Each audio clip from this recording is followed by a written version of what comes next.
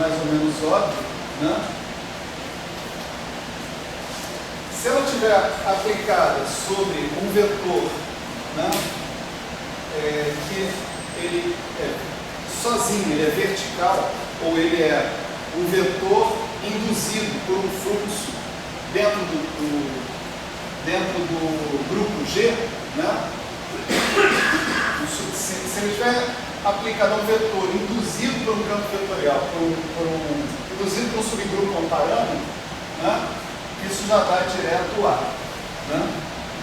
Essa propriedade é óbvia da definição da conexão, tá certo? Então eu chamei de XA, né? Tá certo? É esse cara que está aqui, né? Então, dado um X, né? A ideia era procurar um XA que coincidisse com esse X, né? E aí roubar o A desse XA. Se eu tenho o próprio XA, eu não preciso procurar mais nada, né? O cara já é induzido pelo fluxo gerado pelo A, né? Pelo objeto A. Então, ômega de XA é igual a propriedade 2 é que o núcleo do ômega no ponto E é o espaço horizontal, né? Ou seja, se eu tiver um X cuja parte vertical é 0, né? Então ômega atuando nesse X vai dar 0. Não é isso? É a definição aqui, né? Significa que ômega XH igual a 0. Né? A terceira propriedade aqui é brava. Né? Terceira propriedade me diz que RG estrela retrocesso por RG, pela translação à direita, né? Do ômega EG de X é igual à aplicação do mapa diferencial da aplicação adjunta sobre este elemento. Isso aqui não é uma uniforme.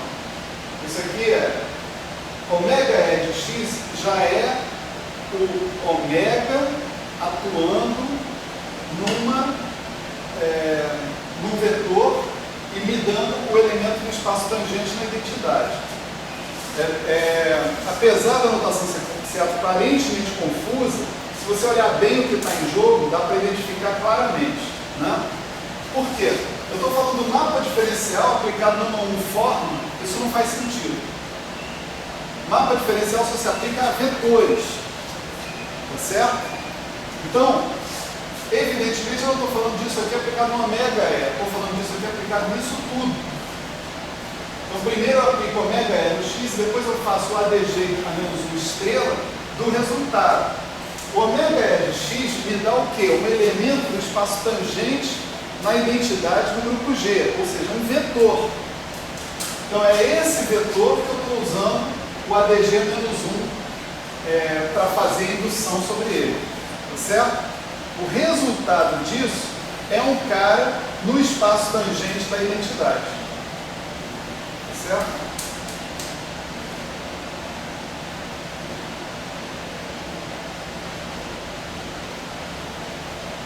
E novamente ali o retrocesso, né, pelo RG, né, o RG pega o E e leva no EG. Né? O retrocesso vai pegar uma uniforme que está no EG e levar no E. Tá certo? Então, novamente, o elemento do grupo que está multiplicando o E ali é o 1. Portanto, é alguém também associado com o espaço tangente na identidade. Essa fórmula aqui, né, as duas primeiras, são razoavelmente fáceis de observar, estão na definição, né, da uniforme de conexão, mas essa terceira requer que a gente trabalhe um pouquinho. Né? Vamos trabalhar um pouquinho então aqui. Né? Vou escrever assim, prova de 3, né? Muito embora lá no final da prova eu vou dar um pulo do gato. Tá certo? Por exemplo, porque não dá tempo de fazer tudo. Fazer o quê? Então, a prova do 3 vai ser o seguinte: se eu pegar o RG estrela de ômega RG x, isso por definição é o RG estrela de ômega RG de XA, certo? Se eu tiver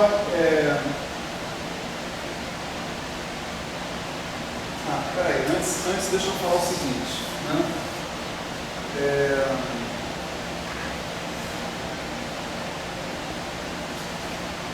Vamos verificar isso aqui separadamente, tá? Para x horizontal e para x vertical, tá certo? Então, primeiro para x horizontal. Para x horizontal é direto, né? Ômega é de x horizontal, se x for um vetor horizontal, por definição, ômega é do x horizontal é zero. Então, desse lado aqui eu obtenho zero. Zero é isso, ADG menos 1 estrela do zero, dá zero para ADG menos 1 no mapa linear. Tá certo? Bom, aqui, RG estrela ômega RG, né?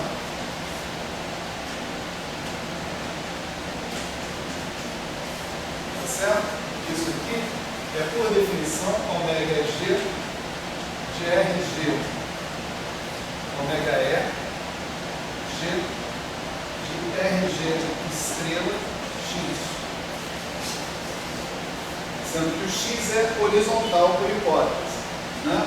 Agora, se é horizontal e pertencente ao espaço horizontal em E, RG estrela de X é, portanto, pela hipótese, né, que a gente fez de decomposição em espaço horizontal, se o x é horizontal, a translação direita do x continua sendo horizontal, só que no ponto EG.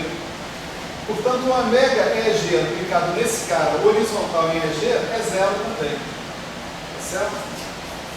Então, quando esse x é horizontal, essa equação se verifica com zero igual a zero. Zero dos dois lados. Portanto, o único caso de interesse aqui é quando o x é vertical. Porque se eu decomponho o x em x horizontal mais x vertical, o troço decompõe em duas equações separadas, uma para a parte horizontal e outra para a parte vertical. A parte horizontal dá zero, sobra só verificar a parte vertical. Né?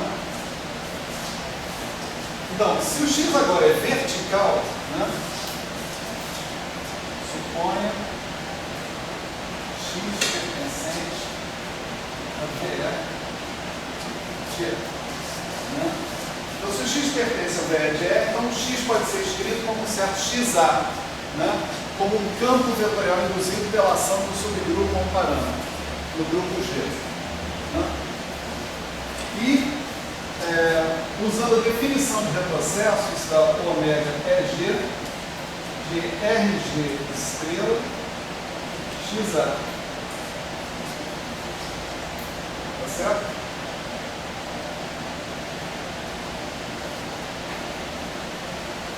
Vamos ver o RG estrela XA agora.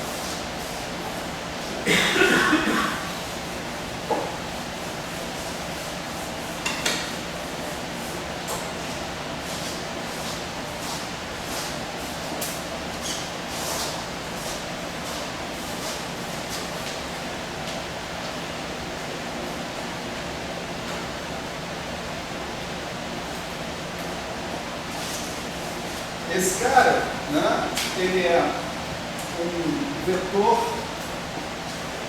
que pertence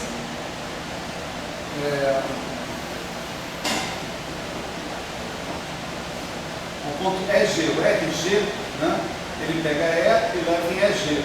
Né? Então, se o XA pertence ao espaço tangente em E, esse vetor RG estrela XA pertence ao espaço tangente em EG. Certo? Esses caras vão atuar em funções do E nos reais, né? É onde qualquer vetor atua, função da variedade dele nos reais. Então, isso daqui é o XA E de F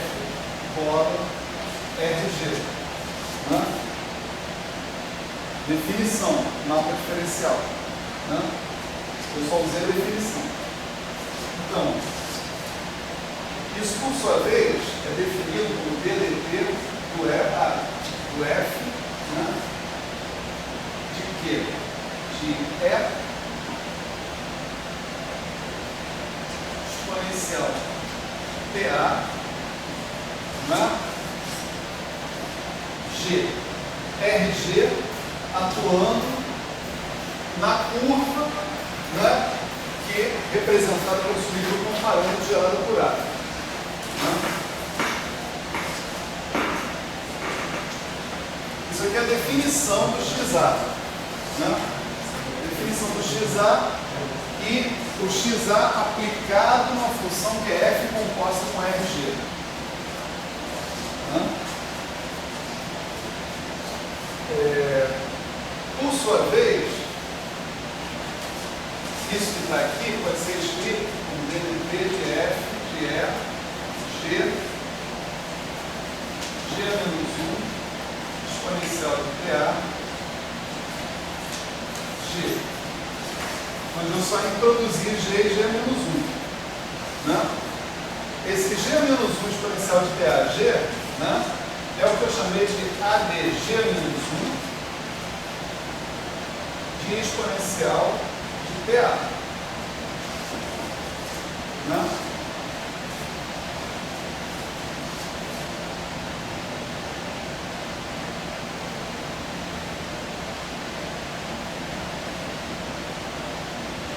E agora eu vou citar para vocês um resultado, né, que é facilmente justificável quando a gente fala de grupos matriciais. Acho que pode ser provado para grupos formais, sem necessariamente uma representação matricial. Aqui a coisa é a seguinte, que o ADG menos 1 da exponencial de TA é igual a exponencial de T ADG menos 1 estrela A. Significa o seguinte, se você conjugar um elemento do subgrupo com um parâmetro, o G menos 1, o G, né, dos dois lados, você gera um subgrupo com um parâmetro, que por sua vez vai ser gerado pelo ADG menos 1 do A. Quer dizer, existe uma ação induzida do ADG menos 1 no espaço tangente na identidade, levando o gerador original do subgrupo com parâmetro A no gerador do subgrupo com parâmetro conjugado. Isso aqui, em termos mais terrestres, né, eu não estou provando isso. Né? Vou botar aqui um sabemos que.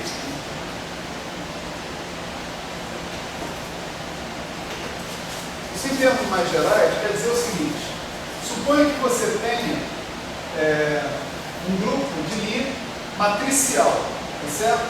Então, ele pode ser escrito nessa forma. O elemento genérico dele pode ser escrito na forma exponencial de TA, onde A ali é uma matriz. Se você pegar esse cara aqui e conjugar por G menos 1 e G, né, e usar a definição de exponencial 1 mais TA mais TA ao quadrado sobre 2 fatorial mais, etc., você vê instantaneamente que isso aqui pode ser escrito como T G menos 1 AG, né? Tá certo? Só você inserindo G menos 1 G em cima. Tá certo? De modo que é o seguinte: se isso aqui é um subgrupo com um parâmetro, e você está conjugando um subgrupo com um parâmetro, você obtém outro subgrupo com um parâmetro, sendo que esse subgrupo com um parâmetro, agora, ele é gerado não mais por A, mas por G menos 1 AG. Tá certo? Então, em termos de matrizes, isso aí é infinitamente direto e rápido. Isso assume uma forma mais complicada, né, quando a gente fala de grupos formais, ou seja, a gente não está falando que o G é uma matriz, necessariamente. Ele é um objeto genérico, sem natureza fixa, que satisfaz a lei de composição do grupo, mais nada. Né? Então, a forma geral que isso aqui tem de aparecer é assim. Tá certo? Quer dizer, como isso aqui é um elemento do espaço tangente, é natural que o mapa adjunto, né, ele assuma a forma do mapa diferencial. Né? Ele vai pegar um vetor e induzir um vetor no próprio espaço tangente da identidade. Lembre-se que o espaço que a aplicação adjunta deixa a identidade na identidade. G-1 com G é igual a 1. Né? Então, a aplicação adjunta, ela leva o 1 no 1. Portanto, leva o T1 de G no T1 de G. Então, se eu pegar esse elemento A, o ADG-1 estrela A também está no T1 de G. Esse cara é um elemento do T1 de G. Tá certo? Então, nós vamos usar isso aqui para terminar nossa conta. Né? Então, isso aqui vira DDT de F de E G, né? Exponencial de T ADG-1 estrela A. Mas isso que está aí é exatamente o campo vetorial, né? A definição do XA, né? A definição do XA era aquilo, né? Você está falando no F, então isso aqui é o X. Aonde esse A que está aqui é o gerador do subgrupo comparando. Quem é o gerador agora do subgrupo comparando? É ADG-1 estrela A. Então é o X associado com ADG-1 estrela A no ponto EG atuando no F. Certo? Ufa, melhorou. Né? Então o que eu provei aqui, olha, é que esse objeto RG estrela XA é igual a XEG ADG-1 estrela A. Quando no F, eu estou no F. Então eu posso voltar aqui e completar a conta.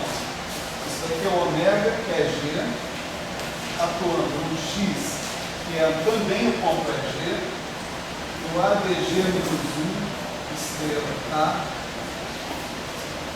Certo?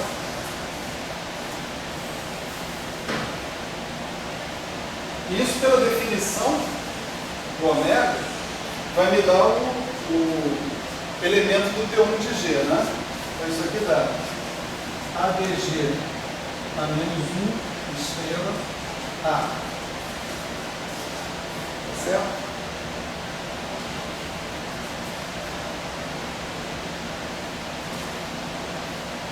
Mas o ADG a -1 estrela A é a mesma coisa que o ADG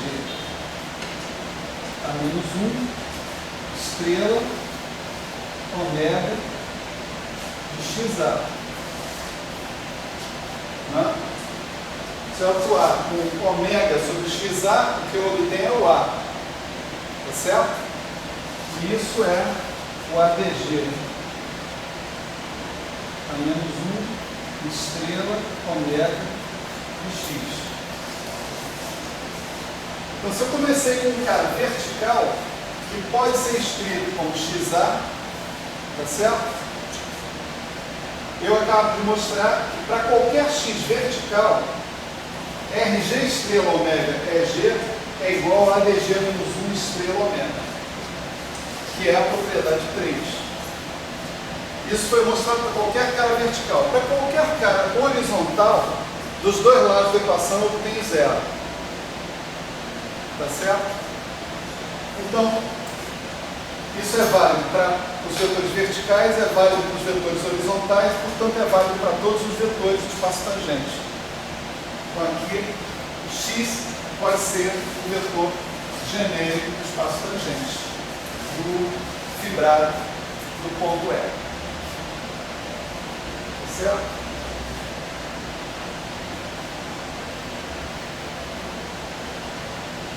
Então, o que a gente mostrou? Né?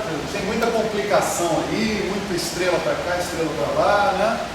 muito subgrupo a um parâmetro, muito gerador, muito ADG, etc. E tal. Mas o que a gente mostrou é o seguinte: se eu definir uma forma de conexão, né, dessa maneira, com o cara que ignora a parte horizontal e me dá o elemento de T1 de G associado com a parte vertical, fala, professor. Entendi. Mais 10 minutos. Beleza. Eu acho que se quiser desligar, já, a gente consegue ir até o final, com o friozinho que tem aí. Tá fresco, né? Vamos aí. Beleza, pode desligar então.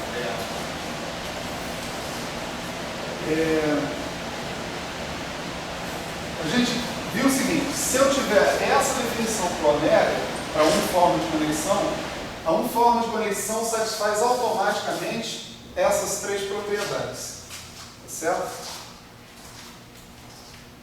Satisfaz essas três propriedades.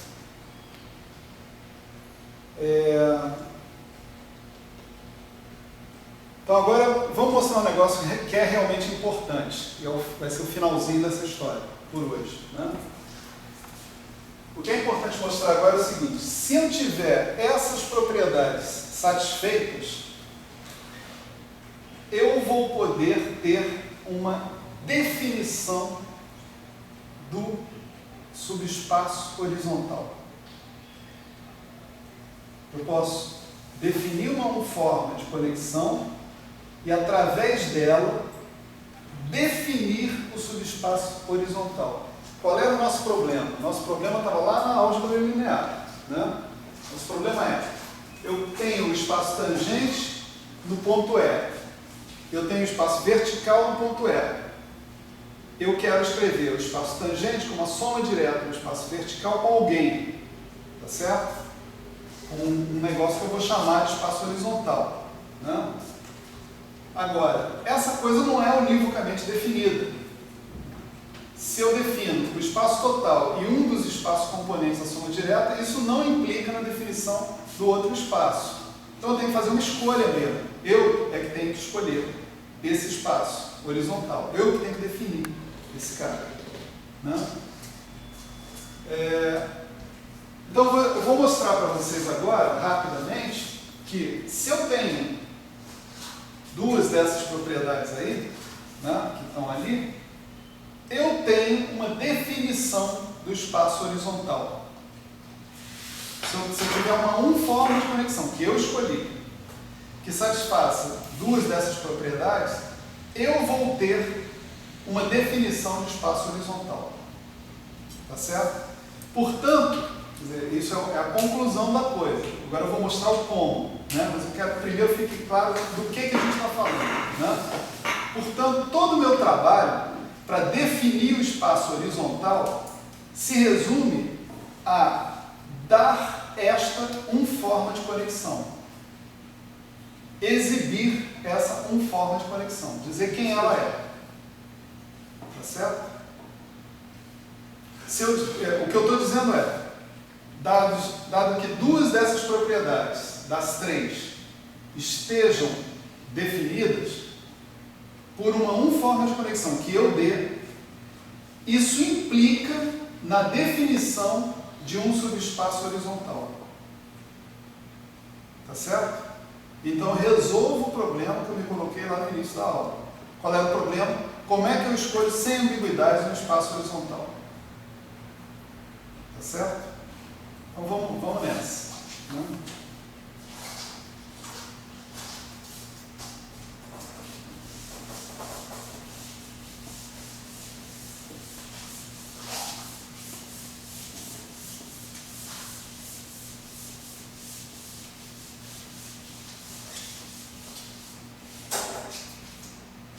Então é isso aí, olha só.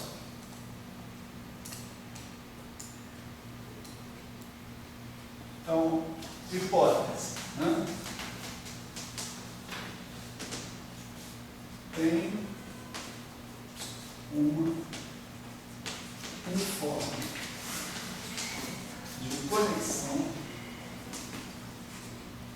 certo? Satisfazendo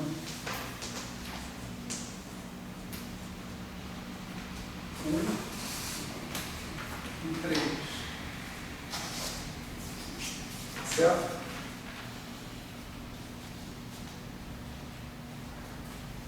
Deixa eu ver se é 1 e 3 mesmo. Sumiu. Tem uma forma de conexão satisfazendo 1 e 3. Então, definição. Vou definir, tá certo? Definir o espaço horizontal como sendo x pertencente ao espaço tangente, tal que ômega é de x é igual a 0. Agora está melhor, né? Eu tenho que ter esse ômega, tenho que ter esse cara, né? Tem que ter esse cara dado. Né? Dado esse cara, aí eu vou definir o meu espaço horizontal dessa maneira. Né? Tudo que me resta fazer é mostrar que essa definição do espaço horizontal, tá certo? Satisfaz aqueles 3 requisitos que a gente pediu antes. A gente definiu o espaço horizontal como tendo que satisfazer 3 requisitos. Né? Quer dizer, que qualquer vetor possa ser escrito como soma de um vetor vertical mais um horizontal, quer dizer, que ele ajude a decompor, né, o espaço total numa soma direta, né, que os campos vetoriais sejam decompostos também de maneira suave, em vertical e horizontal, e que todos os outros espaços horizontais, numa mesma fibra, possam ser obtidos por mapa diferencial aplicado num dos espaços associado a um ponto fixo. Né? Se eu conseguir mostrar que essas 3 propriedades estão dadas, eu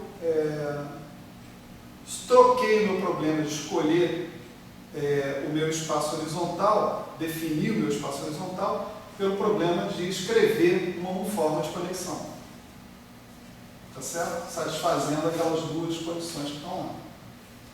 1 e 3. Tá claro?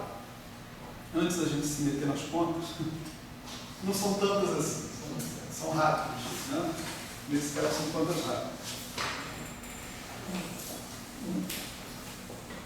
Então tá, primeiro então, vamos mostrar que qualquer x pertencente ao espaço tangente pode ser escrito como a soma de um x vertical mais um x horizontal, o x horizontal dado por essa definição.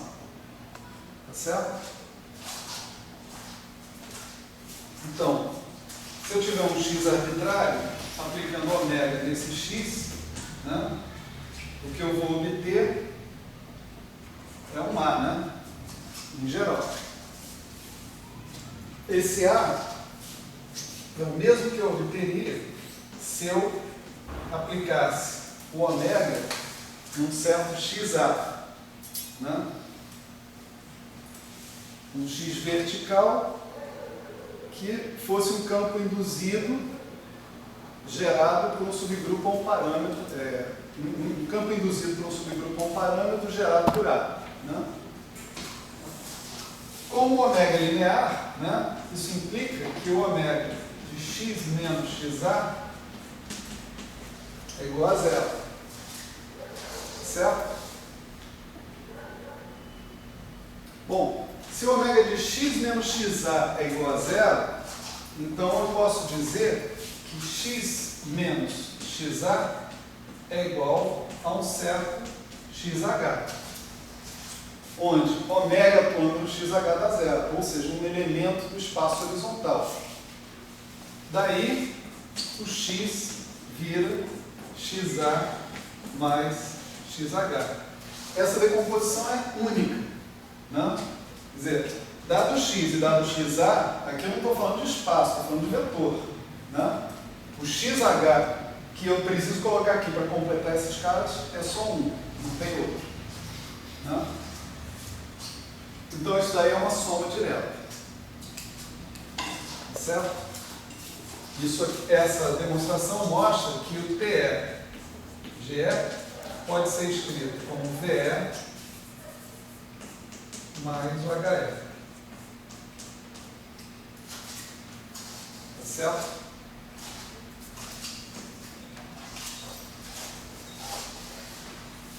Que essa decomposição ela é suave, né?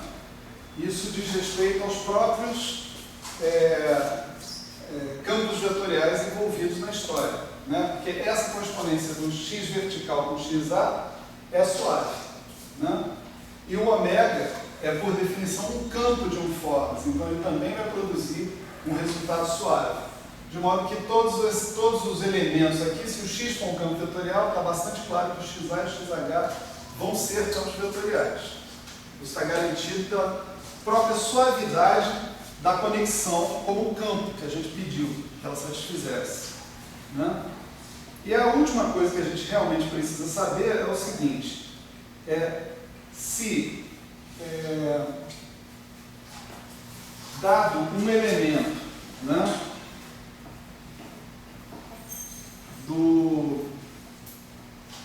dado um elemento do espaço horizontal, se eu fizer uma translação à direita induzida, eu obtenho outro elemento no espaço horizontal. Tá certo?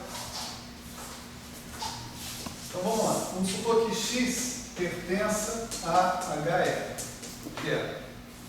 Né? Então, se o x pertence a HE de E, eu vou considerar o RG estrela x. Lembra então que o ômega de x é zero, tá certo? Pela nossa definição. Então, o RG estrela x, né, esse cara é um elemento em geral do TEG de E, né? Espaço tangente no ponto EG. Né? Se eu aplicar o ômega nesse cara,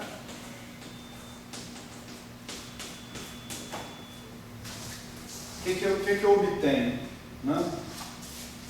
Pela definição de retrocesso, isso aqui é o retrocesso do RG, pelo RG do ômega. RG estrela ômega atuando em x. Agora eu supus que a propriedade 3 é verdadeira. Tá certo? Observa aqui, peraí. Aqui eu não posso pegar e concluir que isso aqui é zero já, que é o que eu quero, né? Eu quero concluir que esse objeto que está aqui, ômega atuando nele dá zero. Né? Se o ômega atuando nele der zero, isso significa que esse cara é horizontal também. Então, esse mapeamento RG estrela está pegando um cara horizontal e levando um outro cara horizontal. Só que no ponto EG, né? Então, eu quero mostrar que esse cara é zero. Só que nesse momento aqui ainda não posso falar isso. Porque isso daqui não é a forma ômega atuando no x. Isso é a forma RG estrela ômega atuando no x. Tá certo? É esse que é o lance. Né?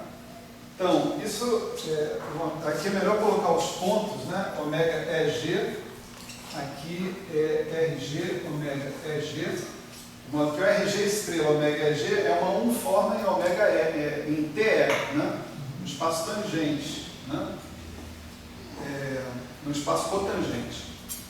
Bom, RG estrela ômega EG, agora eu vejo a propriedade que ele satisfaz. Propriedade 3. Propriedade 3 me diz que isso daqui é igual ao ADG a menos 1 estrela ômega E de x. Olha a diferença. Aqui é o ômega EG, aqui é o ômega E. Quer dizer, eu estou usando o campo de uniforme no ponto EG, aqui é o campo de uniforme no ponto E. Tá certo? Eu tenho, por hipótese, um campo de uniformes. Eu tenho formas definidas ao longo de todo o fibrado. Né? Agora sim, aqui primeiro eu aplico esse cara, vejo o que eu obtenho, e depois eu aplico o ADG a menos 1. Agora, se eu aplicar o ômega E no x, quanto dá? Zero. Porque o x é horizontal por hipótese. ADG menos 1 estrela aplicado no zero é zero também, porque o ADG é linear, né? Então isso aqui é zero. E RG estrela, né, atuando no X, me leva num outro vetor horizontal. Se X é horizontal, RG estrela X é horizontal também. Tá certo? Pergunta: será que tem algum vetor, né, no espaço HEG, espaço dos vetores horizontais, que não seja obtido pela aplicação do RG? Né?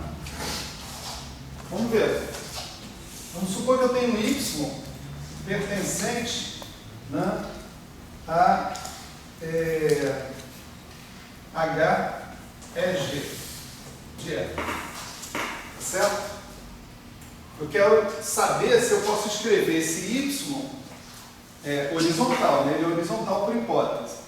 Eu posso escrever esse Y como RG de alguém do E?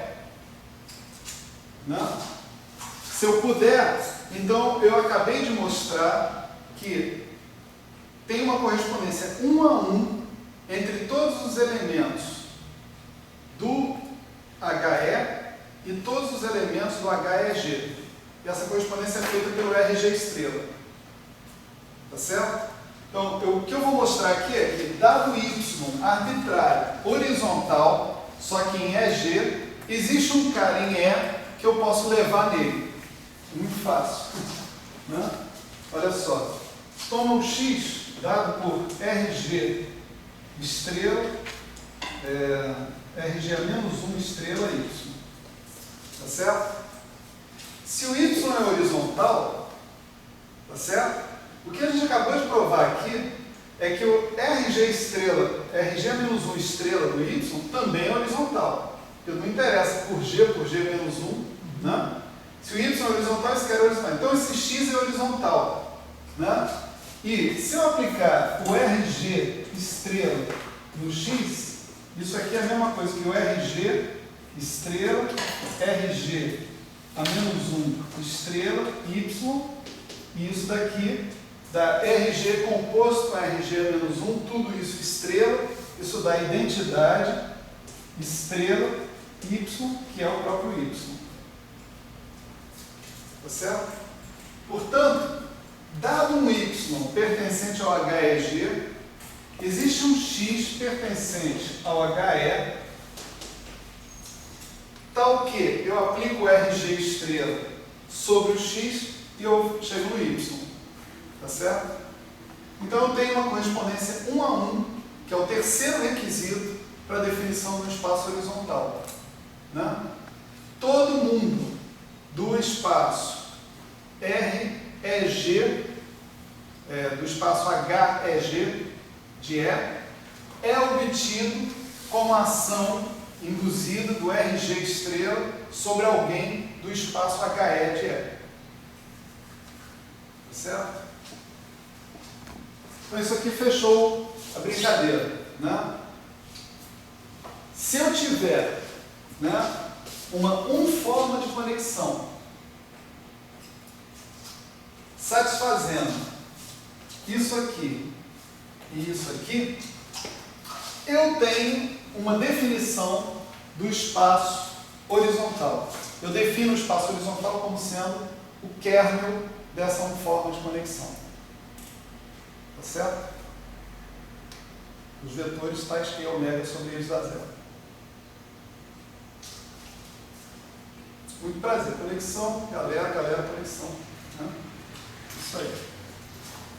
Então nós vamos continuar na próxima vez, né, falando sobre forma local da conexão.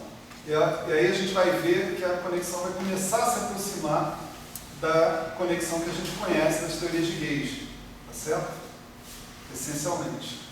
Isso daqui ainda está numa linguagem independente de coordenadas. Tá certo? Uma linguagem intrínseca. Né? Então, a gente vai introduzir coordenadas eventualmente e aprender a identificar essa conexão aí com a conexão que a gente realmente conhece e ama. E nós vamos fazer mais, vamos definir transporte paralelo, né? falar sobre derivada covariante, sobre curvatura, sobre essas coisas todas. Certo? Esperem e verão. Próxima semana, aí fechou, tchau, pode encerrar aí.